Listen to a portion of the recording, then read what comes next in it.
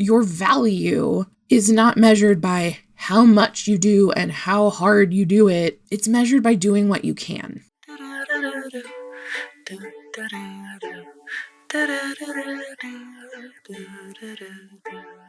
Good morning, friends. I don't know what time of day it is. Hello, friends. I love you. I'm so glad that you're here with me. I'm just going to tell you how nice that is to start off this episode. I quite enjoy this. I like talking to you. I like hearing from you in the comments or in my DMs. I've got one friend, hi Jenny, who will occasionally just binge 6 episodes at a time. And then she's in my DMs and she's like, oh my God, I so needed to hear this. And I'm like, I love that. That's very affirming for me. So I know that I am at least, touching the hearts of a handful of people. And I know that because they give me feedback. And this is not me fishing for compliments. This is me asking you directly for compliments.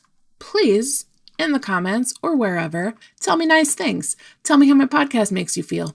Tell me how I've changed your life. It's very affirming for me and it helps me keep doing this. This one's going to be another burnout vlog. I'm checking in now at the end of February and I'm taking another month off. I actually think I might just go ahead and say I'm going to reconsider getting back into business in June. So I'm going to give myself more of a break because I don't think I have time for my business right now. And that's kind of cracking me up because I used to be like, oh, well, I could get a part-time job if it fits around my business. And now I'm like, well, I could get back into my business if it fits around my job. And if it fits around my life. And right now it doesn't. So my days right now are filled with 3 days a week at the part-time job in the office. I did not start a crock pot meal today, which means we're going to get takeout. Whoops. Also, I'm recording this on a Wednesday morning right before I go to that part-time job because I completely forgot to do it yesterday. And that's part of the problem. So on the other 2 days a week, I am working for Colorful Futures, the queer, neurodivergent, neuroqueer, we call it, career coaching company that I work for as a contractor. And I love it. I love it so much. It feels like a company I could have started if I had the wherewithal to start a career coaching company. It feels very aligned with who I am as a person, with how I coach. Everything there is amazing. The coworkers are amazing. My boss is amazing. My clients are amazing. I like that. So I'm a career coach right now. I am coaching. That's nice. I'm not doing creative coaching right now. And that's kind of a bummer because I like creative coaching. I like talking about creativity. I do still have the Patreon. We have a Discord server. This month just literally got away from me. I'm going to blame it on the fact that it's short. So February got away from me because there's only so much of February. This is a lie. It's because I have been binge reading romance novels for the past 2 weeks. I've probably read an average of 1.2 romance novels a day. That's not fair. 1.1. Because, occasionally I'll have a day where I do 2. I don't know the math. It's fine. But I'm reading the hell out of romance novels. And it turns out that's keeping me off of my phone, which has been great for my mental health. I check in on Threads or Facebook or whatever a couple times a day. I get to see the same headlines I would have seen, but I don't spend all day ruminating on the horrors. And I like that for me. So my OCD brain tells me that I am a better person if I spend more time stressed out by the news. And that is why I am valiantly fighting for Caitlin's romance novel binge, because that's not true. Being informed, yes, it makes you informed, right? Maybe we have more awareness of things that are going on. Maybe we are choosing to opt out of ignorance because it's easy to be ignorant. It's easy to just believe the things that everybody tells you and you're like, oh, so things are mostly fine.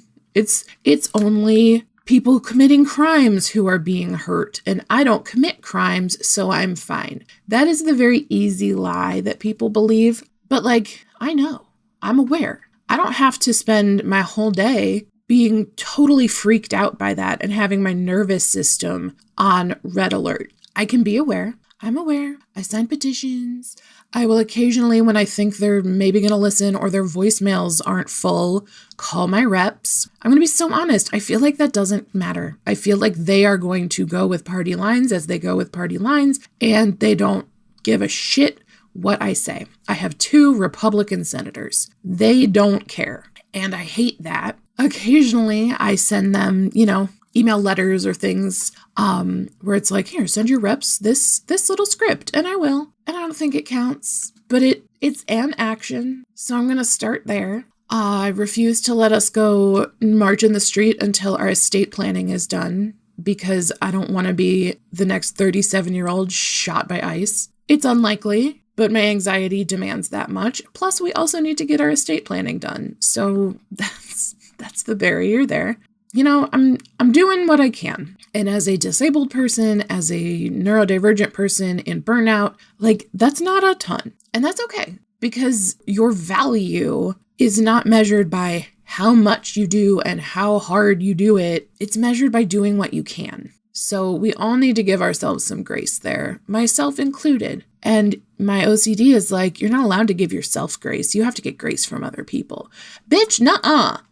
My brain has spent most of my life pushing me and telling me I'm not good enough because I'm not exhausted enough. What's that about? That's dumb. We're not doing it. I'm not even going to go down the path. We're just not doing that. Great. Okay. So what else is going on? I'm not online all the time, and that's been nice. Am I sleeping well? Maybe not. Maybe I'm staying up too late reading romance novels. Maybe I stay up so late that I forget to put on my CPAP, and so my sleep hasn't been the best. That's fine. We're a work in progress. I've been keeping up on therapy. I have been understanding new things about myself. I have been noticing patterns. I have been questioning black and white thinking. And all of this is progress. When I stopped going online for my validation from strangers of being like, oh, I'm so glad you talk about this. Ooh, this was such a good point. Oh, thank you for sharing that.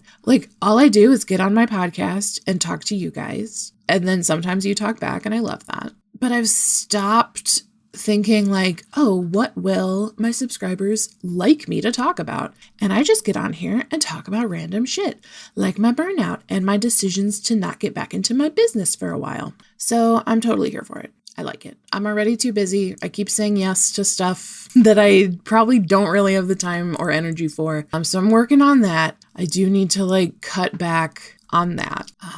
But so far, so good. I've been doing pretty well. We're heading into March. March is usually difficult for me. So as I'm recording this, today is actually my anniversary with my partner. We have been dating for 6 years. That's crazy to me because I didn't make it past 6.5 in either of my marriages. So I have now been with this person basically conflict free. We have disagreements, but we talk about them like adults. And I realized the other day, I don't have to apologize for having feelings.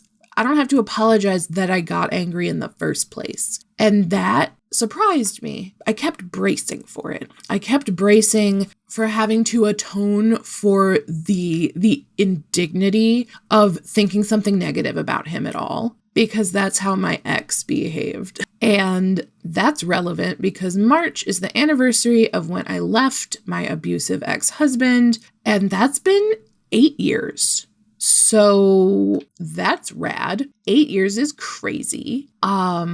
I don't feel like I'm over it yet, and I hate that. I'm going to be so honest. It still affects me. Not that I sit around thinking about my ex all the time, but the patterns and trauma and behavior are all still there. Like I mentioned, when I brace for having to defend the fact that I got angry in the first place, which my partner does not expect from me. And whenever I do apologize, he's like, what are you apologizing for?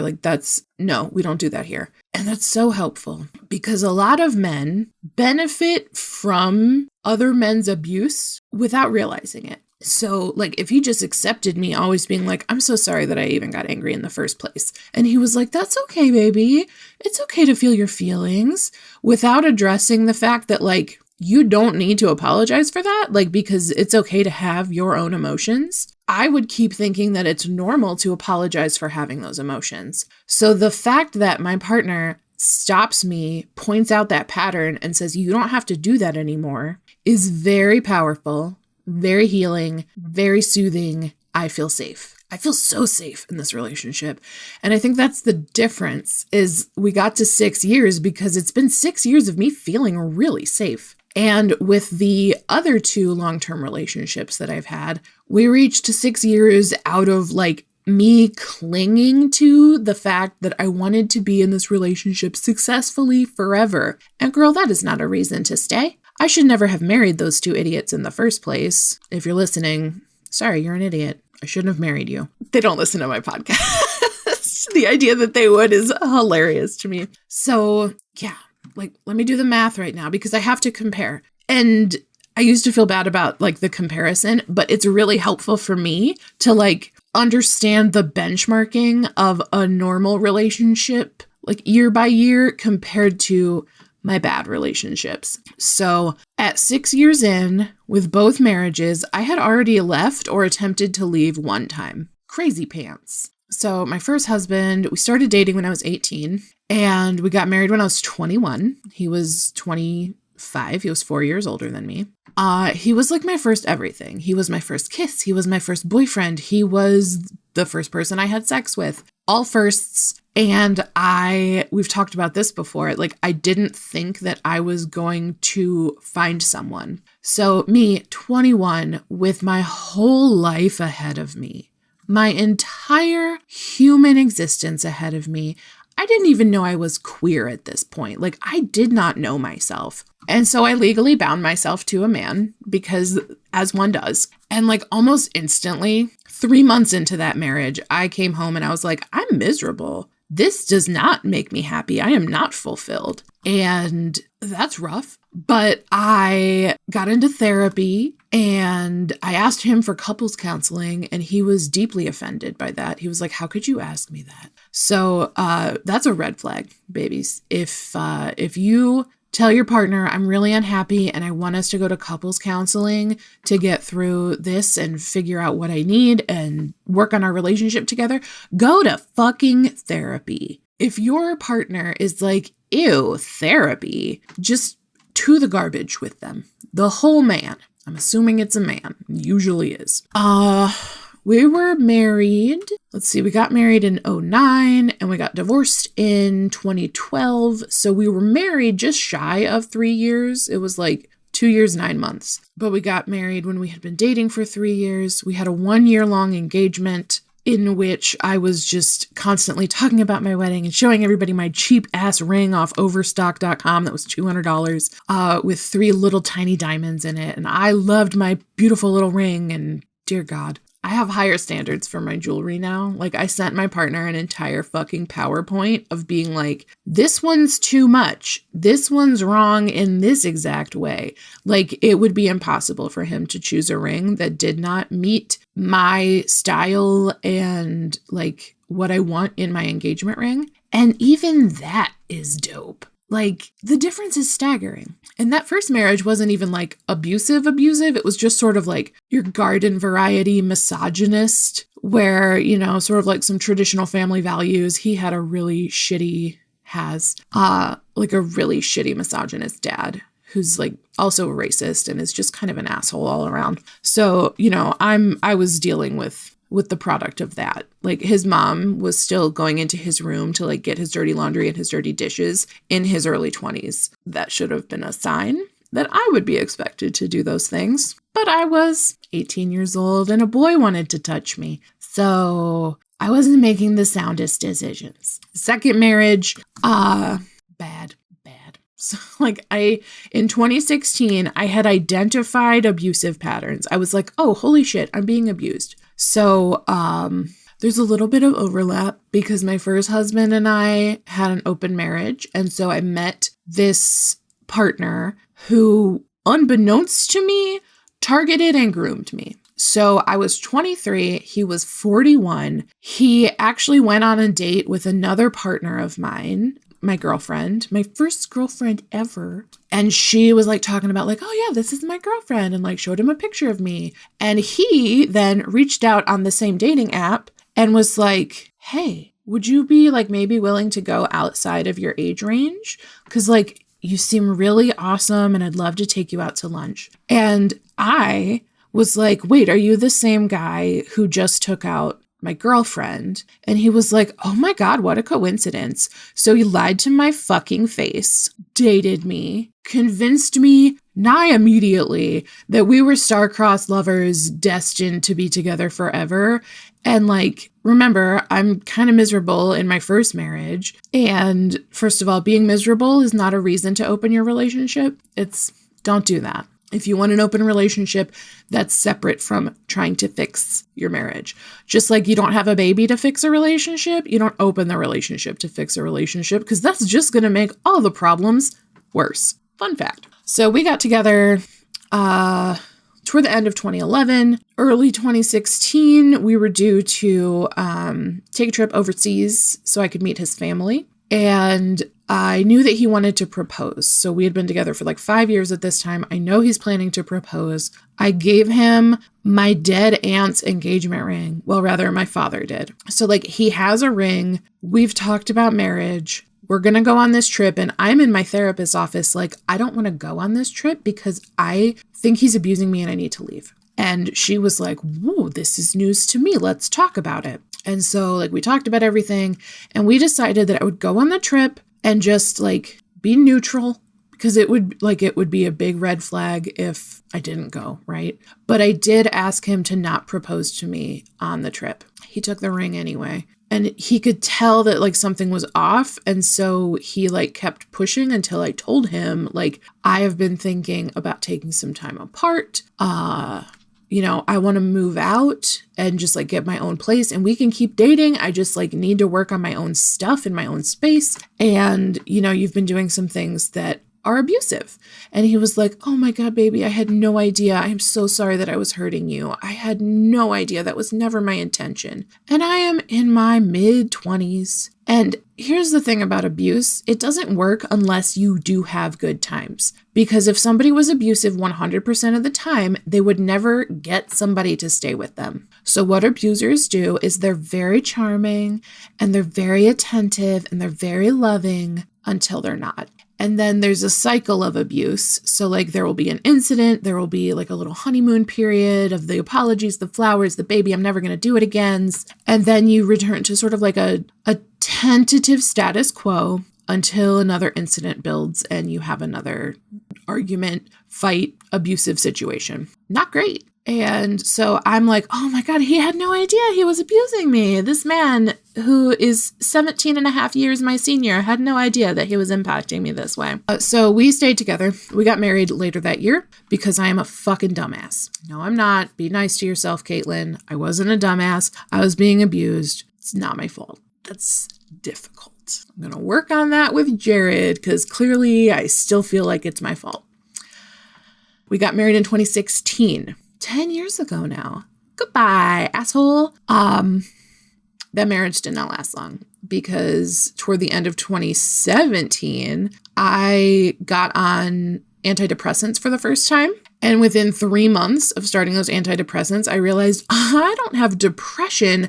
I have being gaslit all the time. So like the reason that I was living in this constant state of like anxiety and nervous system dysregulation was because I was constantly bracing for whatever random fucking shit was going to set my husband off. Asking him to turn off a lamp became a 2-day argument. Like the most mundane things could become problems. And those problems were always my fault, no matter what. And that's exhausting. That's so exhausting. And so it becomes easier to just not bring up the things that bother you. It becomes easier to just keep the peace and keep everything going because I'm less likely to be belittled and yelled at if I just keep everything running smoothly. That relationship has probably been the biggest contributor to my burnout. And that's something that I hadn't super put together right now. I was like, oh, it's been my jobs, like toxic jobs, shitty jobs, jobs asking too much. Well, yeah, being married to this man was a job. It was a beyond full-time job. It was unpaid overtime. It was an unpaid internship. So eventually I leave, right? I got on my meds. I was like, oh, this guy sucks. So I left in March 2018 at the same fucking time that my stepdad died. And then I got a book deal. So like that was a weird week. And then, of course, he was like a giant asshole during our divorce. But I got out of there. Divorce was finalized at the end of May 2016. So as of May this year, I will have been, 2018. So as of May this year, I have been out and divorced for 8 years. And I love that for me. But that is also why March is a little difficult, because March has a lot of trauma in it, right? Packing up all my shit, moving, having to say goodbye to all of our cats. We had 6 cats, and I took Zoe with me because she was my cat. There's a watercolor portrait of her behind me if you're watching on YouTube. She passed away in 2021. I remain devastated, but occasionally I still sense her presence. So that's pretty cool. So I also then have like the anniversary of my stepdad's death. And I have like the sort of bodily memory of like my ex-husband when he found out I was leaving, and he was over in Ireland. And so he's blowing up my phone constantly and like threatening me that he's going to have people outside. And he actually did. He had a friend come stalk my movers when I was moving my furniture out. And like it was unhinged. He was doing everything he could from another country, an ocean away, to make me feel terrified. So that's why March is hard. And so I'm just going to preemptively say we're not getting back into business in March, even though I had initially hoped to, because I don't have to and I don't have the bandwidth. I now have to go to work before I'm late. I love you. There's nothing you can do about it. Remember to tell me nice things about me, especially as we head into March, the season of Caitlin's mental health being a little weird, on top of the fact that it's weird already. And I'll see you later. Don't change your approach and tell you a joke to lighten your load and help you along or sing you a song. Do-do-do-do-do. Do-do-do-do. Do-do-do-do-do. Do-do-do-do.